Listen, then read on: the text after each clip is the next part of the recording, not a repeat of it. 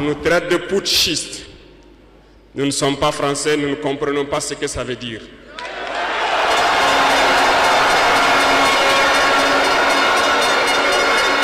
Et les valets locaux, qui sûrement ne comprennent même pas le sens profond du mot, nous appellent aussi putschistes. Très bien, on se l'approprie. Au fil de ces années, pour ce qui concerne le Burkina Faso, vous avez dû remarquer, tous les corps ont été déstructurés.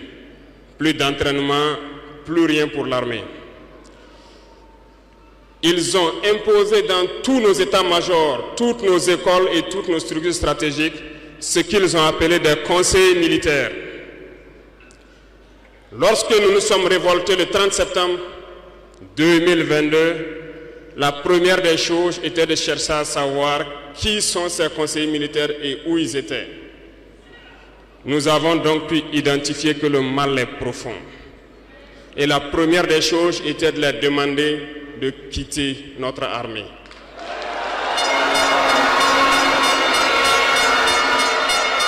Ils sont partis. Et ce que je vous disais il n'y a pas longtemps, vous ne pouvez pas espérer retrouver votre objet perdu en faisant appel à celui qui vous l'a volé de venir vous aider à le chercher.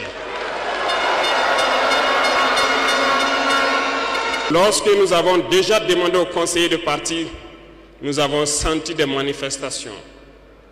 On nous a fait comprendre qu'on ne pourra pas s'en sortir sans eux. Et à chaque fois qu'ils nous le disaient, ça s'est traduit par des attaques d'envergure sur le terrain. Nous avons bien reçu le message. Lorsqu'à l'orée donc de l'année 2023, nous avons décidé de dire donc aux forces étrangères présentes ici de partir parce que nous voulons lutter en burkinabé.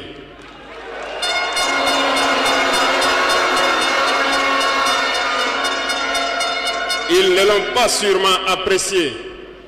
Mais pourquoi venir mourir sur nos terres pour nous? Nous préférons combattre nous-mêmes. Nous avons demandé à ce qu'ils retournent chez eux. Malheureusement, je vous le dis ici aujourd'hui, comme j'aime le dire, la colonisation est rentrée. Il y a des esclaves de salon qui n'ont toujours pas compris. En son temps, des officiers militaires nous ont écrit et nous ont approchés pour nous dire que c'était une très mauvaise décision et que nous n'allons pas tenir 2 mois. Des fiches ont été écrites. On nous a transmis ces fiches pour nous faire une analyse stratégique de leurs pensées. Nous avons dit, c'est soit nous sommes souverains ou nous restons esclaves à jamais. Effectivement, lorsque le dernier soldat a quitté le Burkina Faso, nous avons compris de quoi est-ce qu'il s'agissait. Les attaques se sont enchaînées immédiatement. Déou, Tinakov, Partiaga, ainsi de suite. Mais ce qu'ils avaient oublié, c'est que le peuple du Burkina Faso avait compris notre message et s'était engagé sur la même voie que nous.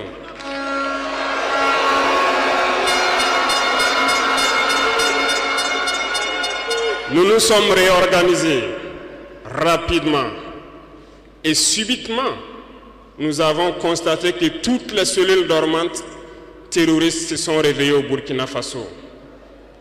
On a réorganisé l'armée au plus vite, à une vitesse inégalée. Nous avons créé plusieurs unités et même si plusieurs autres sont à venir, nous les avons équipées. Et aujourd'hui, cet équipement se poursuit parce que dans les jours à venir, les mois à venir, ce que vous allez voir venir au Burkina Faso doit faire de notre armée une puissance à craindre.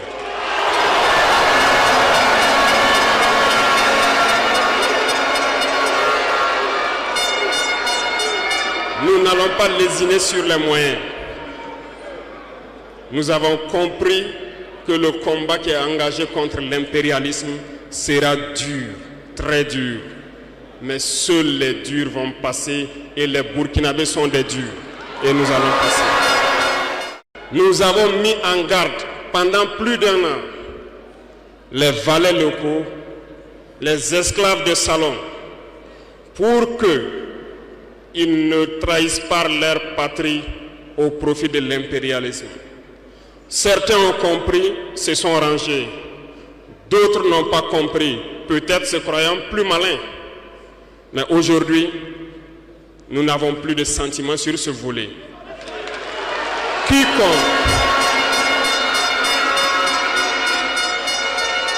Quiconque va trahir sa patrie au profit de l'impérialisme, il sera traité comme tel.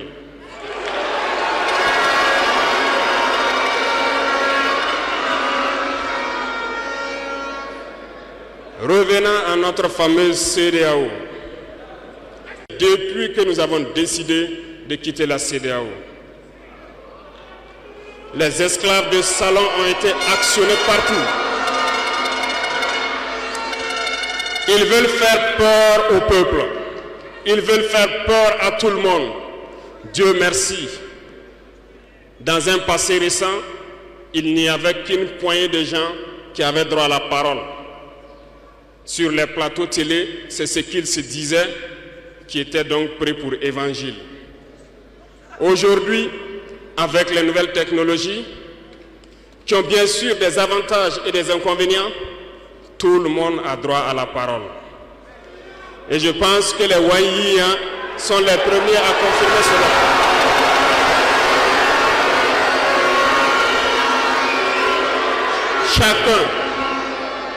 Chacun peut faire son analyse sur une situation. On peut certes se tromper, mais lorsqu'on vient vers nous pour comprendre, nous sommes bien ouverts pour vous expliquer les démarches. Ici, nous allons vous expliquer pourquoi nous avons quitté cette CEDEAO et vers où nous partons. Souvenez-vous que c'est en 1975 que ça a été créé. Et ça a été créé pour la majorité des chefs d'État putschistes, comme ils aiment le dire. C'était des militaires qui ont pris le pouvoir et qui ont pris les responsabilités pour créer la CEDEAO pour qu'il y ait un véritable essor économique des peuples à l'intérieur donc de cet espace. Plus tard, les soi-disant démocrates se sont invités donc à la tête de nos États. Ils ont vidé complètement la communauté de son fondement. Lorsque le 26 juillet, le Niger a décidé de prendre son destin en main, nous étions surpris de voir la CEDEAO apparaître de je ne sais où avec une force en attente. Où était cette force? Lorsque des milliers et des milliers de Nigériens étaient tués par les terroristes, où était cette force lorsque des milliers de Maliens, de Burkinabés mouraient sous les balles des terroristes? Ils ont dit que par la force, ils allaient déloger donc les vaillants fils du Niger qui ont pris le destin en main du pays. Croyez-vous que ce sont des femmelettes qui sont au Niger? Il y a des combattants là-bas. L'armée nigérienne est guerrière. Ils combattent depuis des années. Ce n'est pas une armée de défilé ou une armée de maintien de paix. Et les armées de l'AES ont décidé de s'unir. Nous attendons cette force en attente.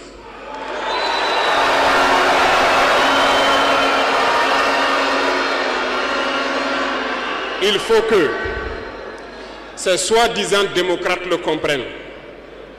Lorsque des milliers de Nigériens sont morts sur leur lit d'hôpital par manque d'électricité ou par manque de médicaments, c'est du crime. Ils sont responsables de ces sanctions, ils sont responsables de ces morts. La même chose se passe au Mali. Avec le Burkina, nous avons des sanctions indirectes. Parce qu'il faut que les gens comprennent. Lorsqu'ils prennent leurs consignes de l'autre côté, ils viennent, ils font tout pour l'appliquer. C'est honteux. Certains ont décidé de ne pas fournir l'électricité à nos pays. Ce n'est pas gratuit, nous payons. Et ça contribue à leur économie.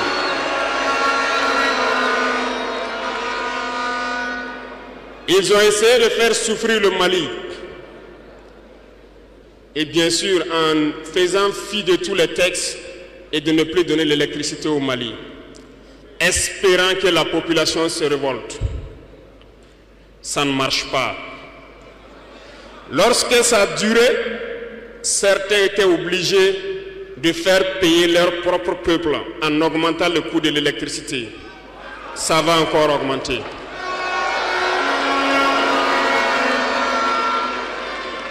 Cela nous donne plusieurs leçons. Plusieurs leçons en ce sens que l'indépendance que nous prenons, la souveraineté que nous prenons, nous devons tout faire pour qu'elle soit.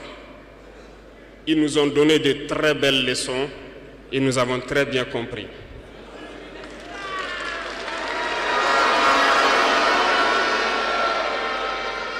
Certains ont fermé leurs ports, ce qui d'ailleurs va à l'encontre de tous les textes internationaux parce qu'on ne peut pas fermer les ports à un pays sans littoral.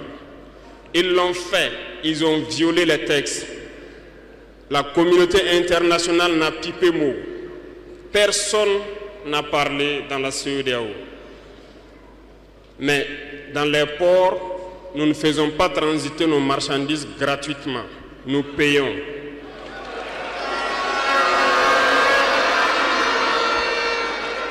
Et ceux-là qui le font récoltent aujourd'hui les pots cassés.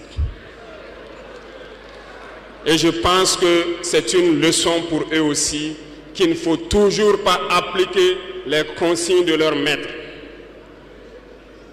Il faut qu'ils le comprennent pour toujours. La CEDEAO n'a jamais fait un communiqué pour féliciter une victoire de nos armées.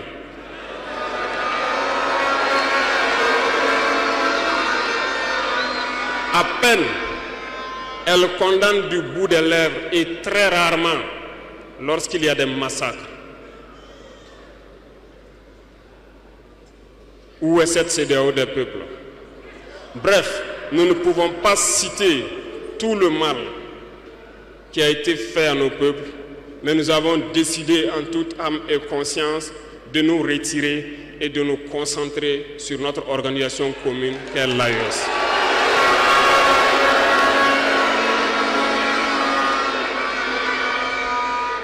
Retenez que il n'y a pas de peur, parce que en prospectant et en nous mettant au travail, nous avons remarqué une chose. Dernièrement, certains ont décidé d'interdire l'exportation de certains produits alimentaires vers le Burkina Faso. Très bien. Ils ont donné une durée. Nous ferons en sorte que, à la fin de cette durée, nous interdirons l'entrée de ces produits sur notre territoire.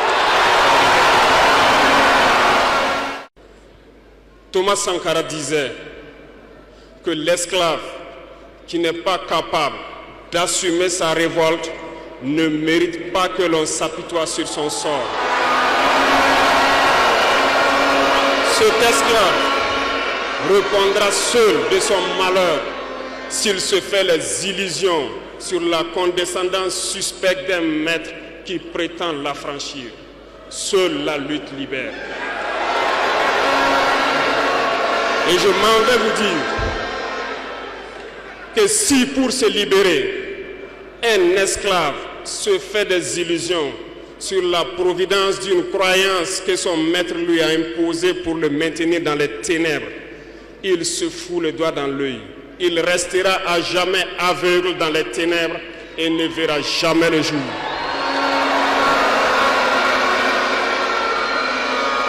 Dieu lui-même a dit, Dieu n'aime pas le paresseux. Dieu n'aime pas l'ignorant. Dieu n'aime pas celui qui ne se bat pas. Car dit-on, aide-toi et le ciel t'aidera.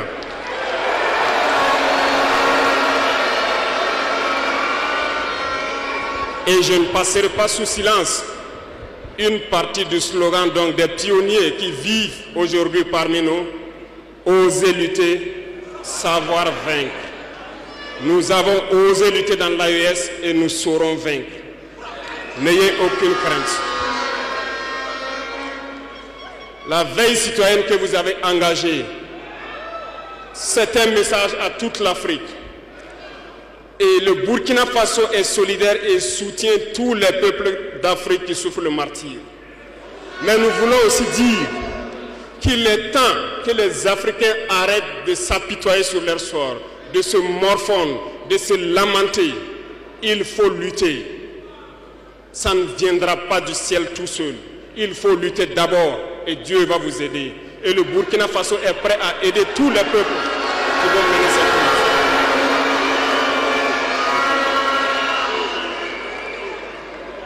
Dites-leur à tous ces peuples qui se battent, il est temps qu'ils disent la vérité à leurs dirigeants. Au Burkina Faso, lorsqu'il s'est agi pour nous de contribuer donc pour que le FDS soit équipé, les députés n'ont plus de salaire aujourd'hui. Ils n'ont que des indemnités de session. Les salaires des ministres ont été diminués au maximum et le peuple contribue. Vous ne pouvez pas lutter et vouloir que les dirigeants soient dans un luxe insultant. Les peuples doivent se réveiller et exiger cela de leurs dirigeants.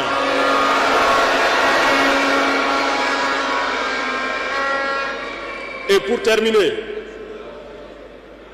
je lance donc un appel à tous les peuples de l'AES, à travers vous, pour qu'ils restent unis et solidaires. Toute souffrance a une fin. La lutte que nous avons engagée est dure, mais il faut rester la tête sur les épaules, parce que l'arme fatale de l'impérialisme reste la manipulation à travers la communication. Sachez reconnaître les valets locaux, sachez reconnaître les esclaves de salon, sachez reconnaître tous ceux-là qu'on soudoie pour venir vous vendre de fausses informations. Pour vous-même, restez serein et ne vous divisez pas. Parce que l'impérialisme a 1000 manèges dans son sac. Vous devez être vigilant. Vigilant et très vigilant. Merci à vous les VDP donc des différentes villes qui veillent jour et nuit pour que notre patrie reste debout. Et donc rendez hommage tous les jours aux FDS et aux VDP qui se battent au front. Merci beaucoup pour votre attention. Merci à tous ceux qui se sont déplacés ici pour que nous puissions nous entretenir. Merci à ceux qui sont dehors, qui n'ont pas pu accéder. La patrie ou la mort, nous